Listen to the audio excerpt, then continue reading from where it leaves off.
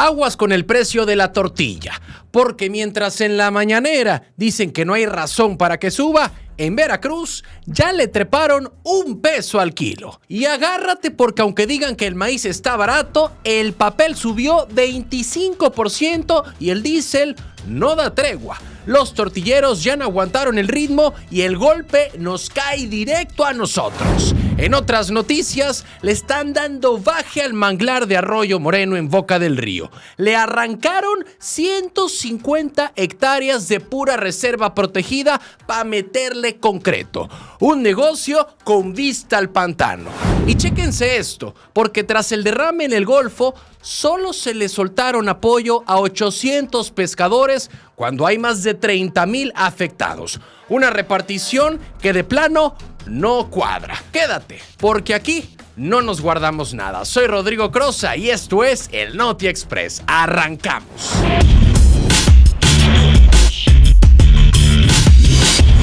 Tortillazo en Veracruz. Arranca suave, pero el golpe viene después. La presidenta Claudia Sheinbaum sale y dice, pues que no hay ninguna razón para subir a la tortilla. Así, directo, sin rodeos, como si el tema fuera clarísimo. Pero aquí hay algo. En Veracruz ya estaba anunciado que el 15 de abril subía $1. Poquito dirían algunos, pero cuando es diario, pesa y pesa más de lo que parece. Porque entonces empiezan a chocar dos versiones. Por un lado, el gobierno diciendo que el maíz está en su nivel más bajo, o sea, el insumo principal barato. Y por el otro, los tortilleros diciendo que ya no aguantamos. Y ahí es donde se pone interesante. Te dicen que la tonelada de harina anda entre 17,000 y 17,200 pesos y que todavía viene un aumento del 6%. O sea, sí, el maíz puede estar barato, pero el resto no se está portando igual. Más bien, al contrario, porque súmale el papel 25% más caro, los insumos 20% arriba y el diésel subiendo casi $3 por litro. O sea, producir tortilla ya no es lo mismo que hace unos meses y ni se diga hace unos años. Es como si te dijeran que el café pues está barato, pero la renta, la luz y el gas están por las nubes. No tiene ninguna razón para el aumento del precio de la tortilla, porque los granos de maíz están en el nivel más bajo, yo creo que de la historia. Pues sí, el cafecito sigue igual, pero abrir la cafetería ya no tanto. Y luego viene el otro dardo. Claudia Sheinbaum pone el ejemplo del jitomate. 20 pesos en una tienda del Issste y 80 en Walmart. O sea, el mismo producto 4 veces más caro, como cuando te venden experiencia gourmet y es la misma salsa de siempre, pero con mantel bonito. Entonces, ¿quién tiene razón? Porque el discurso suena bien. Estabilidad, control de precios, acuerdos, pero en la calle el que produce dice otra cosa, y es que aquí no es solo si sube o no sube un peso. El tema está en quién está absorbiendo el golpe, porque alguien lo está pagando. Y no siempre es el gobierno, pero aquí entra otro ángulo que es más el local. Porque aunque el precio no lo fija el Estado, sí termina siendo un tema político. Y es ahí donde empieza a mirar a un cuadro como lo puede llegar a ser Rocío Nale, no porque autorice aumentos la gobernadora, sino porque es quien tiene que responder cuando algo pega directo en el bolsillo. Y no se queda ahí, porque en lo cotidiano, en lo de todos los días, hay costos que no salen en la mañanera. Permisos, servicios, operación, cosas donde sí tienen mano los municipios. Y es que este aumento de la tortilla pega directamente en la conurbación, en lo que es Veracruz, Boca del Río, Medellín, y no porque definen el precio de la tortilla, inclusive hasta los propios alcaldes, pero sí porque forman parte del entorno donde operan las tortillerías y donde cada peso extra se va acumulando. Al final, la tortilla no es cualquier cosa, es termómetro, es política y es bolsillo. Y cuando esos tres se cruzan, pues rara vez sale barato. ¿Cansados de las mismas noticias de siempre? ¿Con los mismos de siempre? Aquí lo contamos sin rollos, directo y diferente. Dale click a la campanita, suscríbete y entérate de lo que de verdad está pasando en Veracruz y en la política. Noticias locales. El manglar que saquearon en Boca. Le fueron arrancando pedazos y casi nadie hizo ruido. Así, en cámara lenta, como cuando te vacían la cartera y todavía te preguntan si todo bien. Porque esto no es cualquier terreno baldío, es Arroyo Moreno, una reserva ecológica entre Boca del Río y Medellín que en papel estaba protegida desde 1999 con 400 hectáreas. Pero hoy ya nomás quedan 249, o sea, más de 150 hectáreas menos, sí, 40% perdido. Y luego nos hacemos los sorprendidos cuando todo se inunda, como si el agua mandara aviso por WhatsApp. El tema es que no solo están tumbando espacio verde, están reventando un humedal que le sirve a toda la zona metropolitana. Ahí viven 269 especies de flora y fauna. Y además, el manglar funciona como filtro natural del agua. Pero aquí hay algo. Si ese filtro ya está trabajando al límite por las descargas residuales de la ciudad, entonces no estamos viendo progreso, estamos viendo una bomba de tiempo con acabados residenciales. Y sí, ya hubo denuncias ante fiscalías estatales y federales, ambientalistas y habitantes dicen basta, porque lo que está pasando ya no entra en la categoría de desarrollo así nomás. Cuando una reserva protegida pierde casi la mitad de su territorio, eso ya no suena a error administrativo, suena a negocio con vista al manglar y sin tantita vergüenza. Ahora, los biólogos e investigadores de la Universidad Veracruzana ya documentaron algo delicado. El agua de la reserva presenta contaminación y no es apta para consumo humano. Pues se encuentran los niveles de agua no permitida para el consumo humano, como lo muestran en los resultados de esas muestras. O sea, destruyeron el ecosistema que ayuda a limpiar el agua. Y luego resulta que el agua sale enferma. Pues qué gran sorpresa, más predecible que político en campaña prometiendo que ahora sí. Y lo más duro es eso, que si el manglar desaparece, no pierden solo los ambientalistas, perdemos todos. Más inundaciones, más enfermedades, más calor, más desequilibrio, pero siguen autorizando fraccionamientos, porque claro, primero el concreto, ya si después el agua te llega a la sala, pues ya le llaman plusvalía acuática. Suena exagerado, pero no lo es. Arroyo Moreno no se está reduciendo solo, lo están dejando morir y eso tarde o temprano se cobra. Noticias locales. Apoyo fantasma a pescadores tras derrame. 800 apoyos para una crisis que le pegó a miles. Así empezó, con números que no cuadran y con pescadores haciendo cuentas, pero no en ceros. Porque mientras la Comisión Nacional de Acuacultura y Pesca anunció apoyos de 15,000 pesos, el detalle está en a quién sí y a quién no. Es apoyo a los pescadores, que se les va a dar a través de Bien Pesca.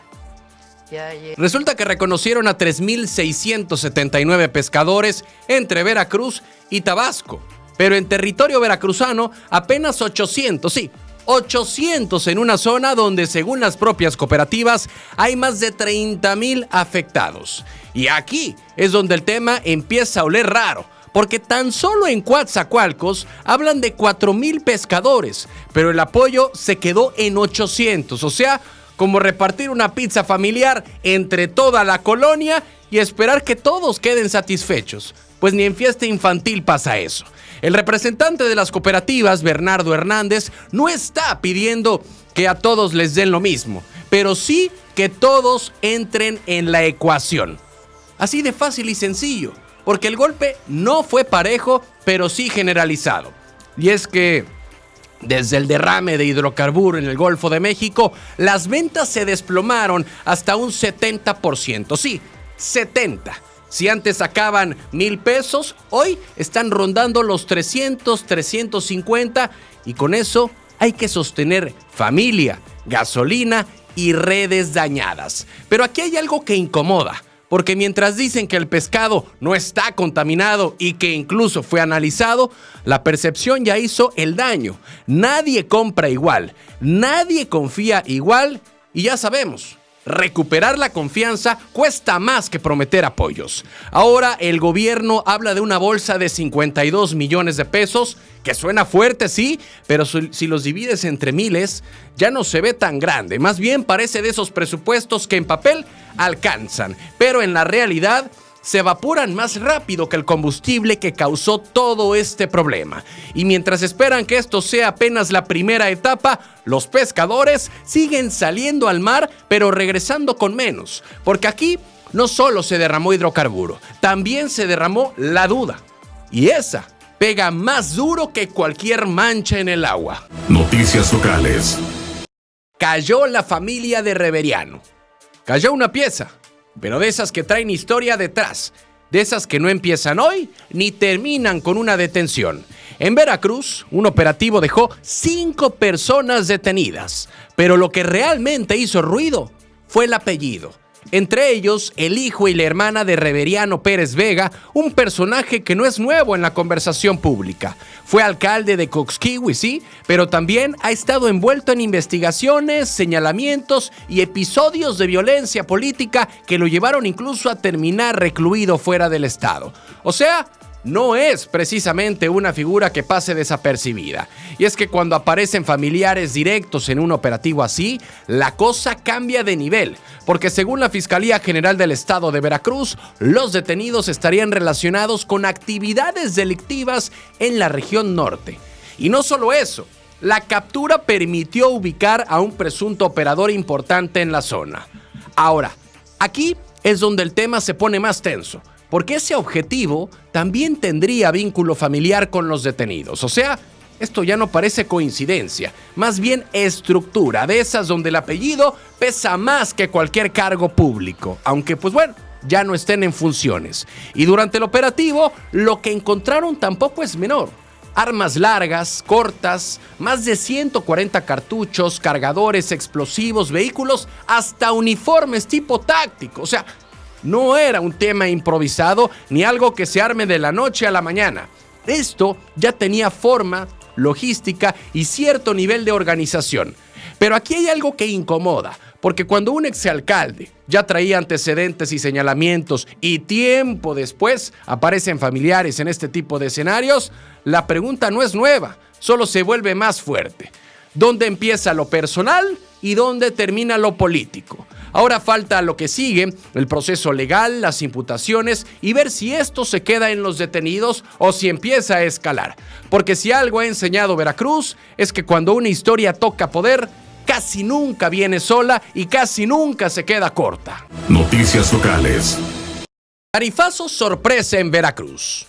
Subes a la autopista, pasas la caseta y de pronto, ¡pum!, te cobran más. Sin aviso, sin letrero, sin nada. Como si el sistema dijera, ahí luego te enteras. Así amaneció Veracruz este 13 de abril con aumento en casetas operadas por Caminos y Puentes Federales y también en algunas del estado. Incrementaron 2 pesos hasta más de 50 dependiendo del tramo y el vehículo. Sí, puede sonar poquito, pero súmalo en cada caseta, en cada viaje y ahí es donde empieza a doler. Porque el tema no es solo el aumento, es cómo se da. Sin previo aviso, usuarios enterándose en redes ya cuando el cobro está hecho. O sea, como esos cobros chiquititos que según no pesan, pero al final del mes ya te vaciaron medio tanque y ni cuenta te diste. Ahora, los precios ya están actualizados oficialmente y hay tramos donde la cosa sí se siente. Por ejemplo, de Córdoba a Veracruz, un auto paga 146 pesos y de La Tinaja a Veracruz 136. Pero aquí hay algo. Si haces un recorrido completo, fácilmente te echas varios peajes y ahí ya no son ni 100 ni 200. Ya es un gasto que empieza a competirle a la gasolina y eso ya es otro nivel. Y ojo con esto, porque dicen que las tarifas no se movían desde enero del 2025, o sea, más de un año sin ajuste. Suena razonable, sí, pero también abre otra lectura. Se acumula el aumento y luego lo sueltan de golpe porque así el usuario lo siente más, aunque en papel parezca normal. Ahora, la caseta de la Antigua también subió. De 82 a 85 pesos en autos, 3 pesitos, sí, pero aquí viene el clásico, pues de poquito en poquito, y cuando volteas, ya estás pagando más por circular que por llegar. Y es que al final no hay mucha opción. O pagas o no pasas. Porque claro, las carreteras libres están, pero ya sabemos cómo están. Más lentas, más riesgosas, más desgastadas. O sea, eliges entre tiempo, dinero o paciencia. Y ninguna sale barata. Suena exagerado, pero no lo es. Porque cada ajuste así, sin aviso, sin contexto claro, deja la misma sensación. Que manejar ya no solo es moverte, es sobrevivir al tarifazo silencioso, ese que no se anuncia pero siempre llega. Noticias locales. Tragedia en casa de marinos en Veracruz. Se escucharon gritos, luego silencio y después todo cambió en segundos. En Veracruz, dentro de la llamada Casa de los Marinos, un espacio que se supone que es de orden, terminó en tragedia.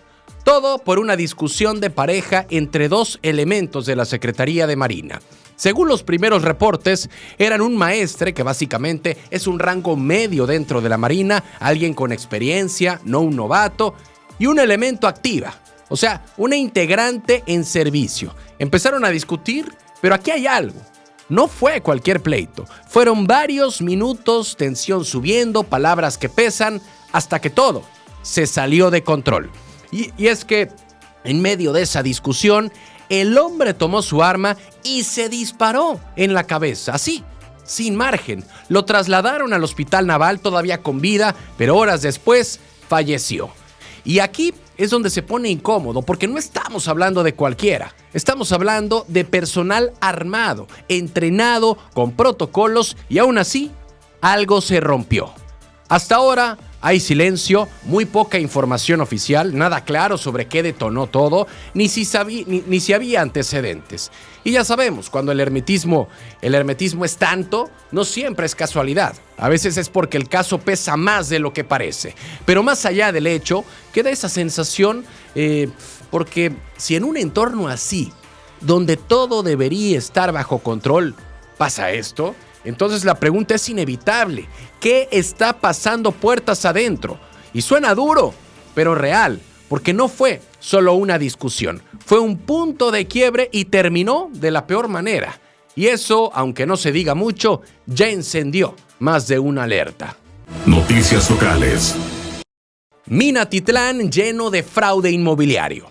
Te venden un terreno baratito, con oportunidad, y resulta que ni siquiera existía legalmente. Así está el caso de un paso a la gloria en Minatitlán, un predio que lleva más de 25 años en conflicto y donde hoy viven más de 300 familias, pero sin papeles, sin certeza y con un riesgo que sigue creciendo, porque el terreno fue invadido desde los 90 y hasta hoy sigue en litigio, sí. Aquí hay personas que son vividores y quieren pedir cierta cantidad a las personas y no se vale porque nadie es dueño, ni yo puedo vender. Más de 2 décadas y todavía no hay claridad de quién puede vender, quién puede comprar o quién realmente es dueño. Y aquí es donde empieza lo delicado, porque mientras eso no se resuelva, cualquier venta es básicamente aire con recibo. El tema es que ya detectaron casos donde gente está revendiendo lotes en 35,000 pesos. 35,000. Obviamente suena accesible, hasta tentador, pero ahí es donde está la trampa, porque no hay escrituras, no hay garantía, no hay nada. Es como comprar casa en promesa, pero sin promesa. Y ojo con esto, porque los mismos vecinos ya tuvieron que intervenir. Detectaron que estaban vendiendo un espacio que en realidad era calle, sí, calle. Y tuvieron que organizarse para recuperarlo. O sea, no solo es invasión, ya es desorden total, donde cualquiera pues marca el terreno y luego lo pone en venta como si fuera promoción de fin de semana. Ahora, hay pláticas con el supuesto propietario legal que adquirió el predio en subasta. Se habla de llegar a un acuerdo, de regularizar, de dar certeza.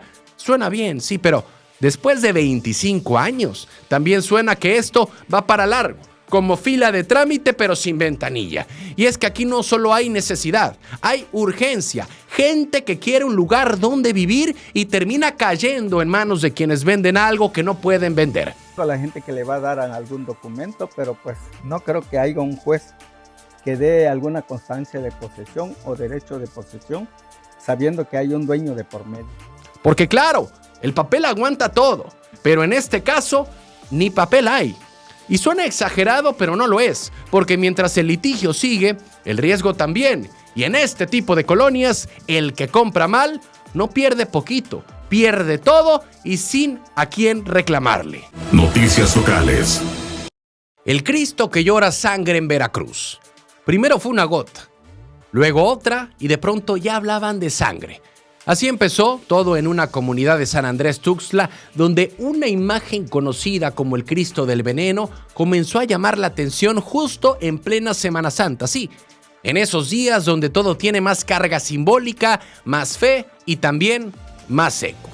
Según lo que circula en redes, el fenómeno inició el Jueves Santo, con un líquido transparente que escurría desde la cabeza, como si fuera agua. Pero aquí es donde la historia cambia, porque días después, ya en la antesala del domingo de Pascua, comenzaron a aparecer lo que describen como brotes de sangre en las manos, los pies y el costado. Y claro, la reacción no tardó. Gente llegando, tomando fotos, pidiendo milagros, buscando respuestas, porque cuando algo así aparece, no importa si hay explicación o no, la fe corre más rápido que cualquier peritaje y eso siempre pasa. Pero aquí hay algo importante. La propia diócesis de Veracruz ya dijo que esto no se toma a la ligera, que sí, que existen antecedentes en la historia de la iglesia, pero que en estos casos se investigan con calma, con cautela, sin brincarse pasos. O sea, no es de ya vimos sangre, es milagro. No funciona así. Siempre cuando aparecen estas situaciones en capillas o en imágenes, la iglesia pues va con cautela. Primero hay que investigar, porque si no la gente muchas veces da una respuesta rápida y en situaciones que se complican. Y eso cambia el tono, porque mientras unos ya lo ven como señal divina, otros piden esperar. Y es que también hay algo que no se dice tanto, que en este tipo de casos ha habido desde fenómenos naturales hasta situaciones manipuladas. Sí, suena incómodo, pero ha pasado. Ahora, lo que llama la atención es el momento, la Semana Santa. Fechas cargadas de simbolismo y un evento que encaja perfecto en la narrativa religiosa. ¿Casualidad, coincidencia o algo más? Eso justo es lo que se tendrá que aclarar, porque al final esto se mueve entre dos cosas muy fuertes: la fe y la evidencia. Y cuando esas dos chocan, siempre pasa lo mismo. Unos creen sin dudar y otros dudan aunque vean. Noticias locales. Pasaron casi 10 años y la justicia llegó, pero de esas que llegan tarde y no alcanzan a borrar nada. Porque lo que ocurrió en Poza Rica en 2016 no fue cualquier caso. 2 sacerdotes, Alejo Nabor Jiménez Juárez y José Alfredo Juárez de la Cruz, fueron secuestrados dentro de su propia iglesia, sí, dentro de un templo, un lugar donde se supone que nadie entra a hacer daño, pero aquí entraron y se los llevaron. Horas después, aparecieron sin vida. Y hoy, casi una década después, la Fiscalía General del Estado de Veracruz anunció sentencia contra uno de los responsables. 210 años de prisión. 210, suena contundente, suena histórico, pero aquí hay algo. También suena a que la justicia necesitó demasiado tiempo para reaccionar, porque el responsable fue hallado culpable de secuestro agravado, no solo contra ellos, también contra una tercera persona que logró escapar. Y sí, ya había otro sentenciado desde el 2018 con 120 años, o sea, el caso no estaba detenido, pero tampoco cerrado. El número impacta, 210 años. Es de esas cifras que parecen más mensaje que castigo real, como diciendo, esto no se repite, aunque la realidad muchas veces diga otra cosa. Y es que lo que pasó ese 18 de septiembre sigue pesando. Los sacaron de la iglesia Nuestra Señora de Fátima, los despojaron, los trasladaron y los dejaron en un paraje conocido como la Curva del Diablo. El nombre ya decía mucho, pero lo que pasó ahí lo terminó de confirmar. Y aquí viene lo incómodo, porque sí, hay sentencia, sí, hay responsables, pero la pregunta sigue flotando. ¿Esto evita que vuelva a pasar o solo castiga cuando ya pasó? Porque cuando un crimen así tarda años en resolverse, la justicia llega, pero ya no es la misma. Llega más fría, más tardía, más simbólica y suena fuerte, pero es real. 210 años no regresan a nadie, solo cierran un expediente y eso no siempre es lo mismo que cerrar una herida. Noticias locales. Te prometen una plaza, te piden dinero y cuando volteas ya no hay plaza, ya no hay persona y tampoco hay dinero. Así operó este caso en el Colegio de Bachilleres del Estado de Veracruz, donde al menos 10 personas, aunque ya se hablan de más de 60, cayeron en un esquema que suena demasiado bueno, pero terminó siendo demasiado caro. Porque el trato era claro. Pagas y en 3 a 6 meses tienes base como docente, administrativo o hasta de intendencia. El precio, hasta 250,000 pesos. Sí, 250,000 por una plaza pública, como si fuera una preventa de departamento, pero versión gobierno. Y aquí es donde empieza a hacer ruido, porque hubo depósitos, recibos, movimientos de dinero desde el 2024. Algunos entregaron 100,000, otros completaron la cifra y cuando preguntaban si no había problema con el SAT, pues les decían que todo estaba amparado, que eran cuenta del sindicato, que todo en regla. O sea, fraude, pero con discurso fiscal incluido, nada más que nivel premium. El tema es que pasaron los meses y nada. Octubre, noviembre, diciembre y las plazas no llegaban. Empezaron las largas, que el presupuesto, que febrero, que llamero, hasta que el 23 de marzo se acabó el cuento. Porque la principal señalada simplemente dijo que no respondería más, que ella había sido obligada, que se quedaba con parte del dinero y que todo era por su familia. Así, sin rodeos, como despedida de novela, pero con cuentas vacías. Y aquí viene lo más pesado, porque no solo es el dinero, es la ilusión. Gente que buscaba estabilidad, un ingreso fijo, una oportunidad, y terminó comprando humo, pero del caro. Ahora ya hay denuncias ante la Fiscalía General del Estado de Veracruz y señalamientos que incluso rozan al sindicato. Pero aquí hay algo. Cuando un fraude crece tanto y durante tanto tiempo, la pregunta no es solo quién lo hizo, sino quién lo permitió. Porque suena fuerte, pero pasa más de lo que se dice, porque en México las plazas no se venden, en teoría. En la práctica hay quien las ofrece y hay quien termina pagando, como si el palancazo ya viniera con terminal bancaria. Y mientras eso se investiga, hay decenas de personas esperando algo que nunca llegó y aprendiendo de la peor forma.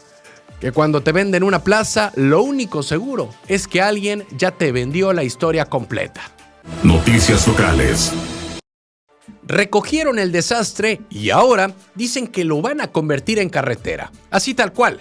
Después del derrame en el Golfo de México, se juntaron cerca de 900 toneladas de hidrocarburo en playas de Veracruz. Sí, 900, que suena mucho, pero aquí es donde empieza lo interesante, porque ese mismo material ahora podría terminar convertido en asfalto. La propia gobernadora Rocío Nale lo confirmó, que lo recolectado puede reutilizarse para infraestructura carretera.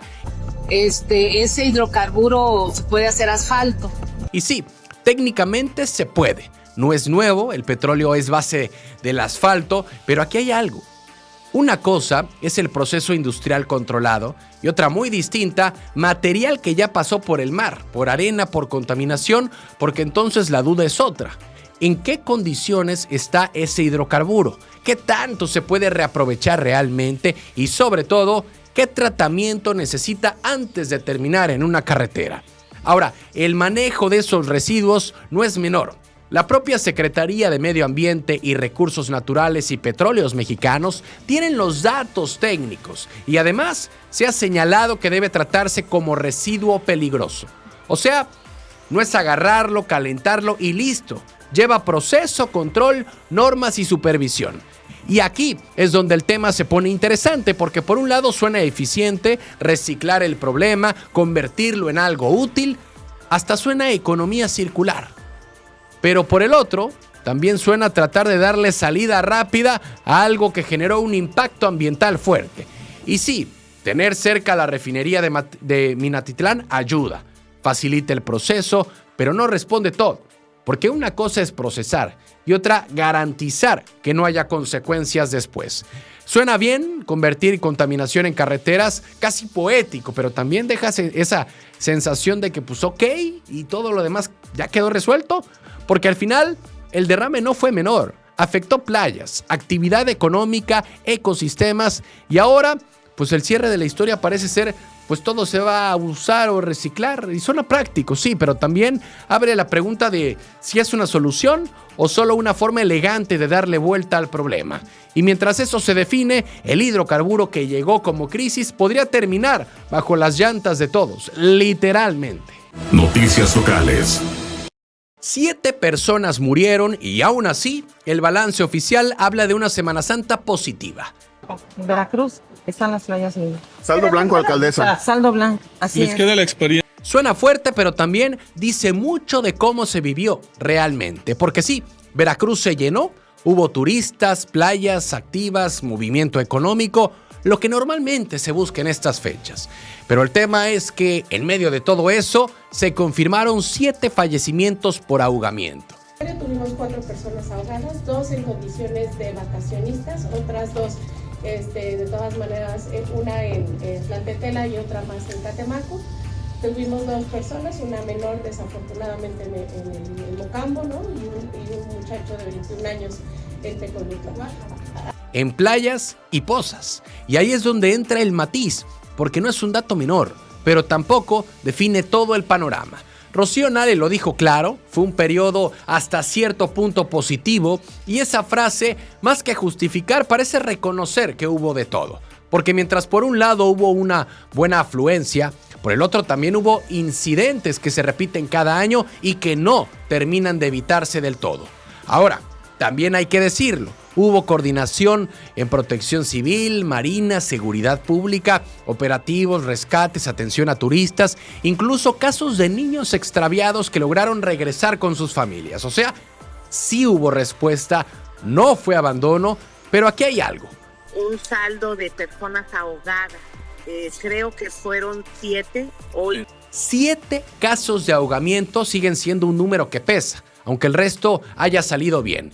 Y es que en vacaciones pasa algo, la gente se confía, se mete al mar como si lo conociera de toda la vida, como si el agua avisara antes de ponerse peligrosa, y pues no, el mar no manda mensaje de, pues oye, hoy ando bravo, no, simplemente pasa. Y ahí es donde entra la responsabilidad compartida. También estaba el contexto del derrame en el Golfo que generó ruido, dudas, y aún así Veracruz recibió visitantes. Eso tampoco es menor, porque habla de que pese al entorno, la actividad no se frenó.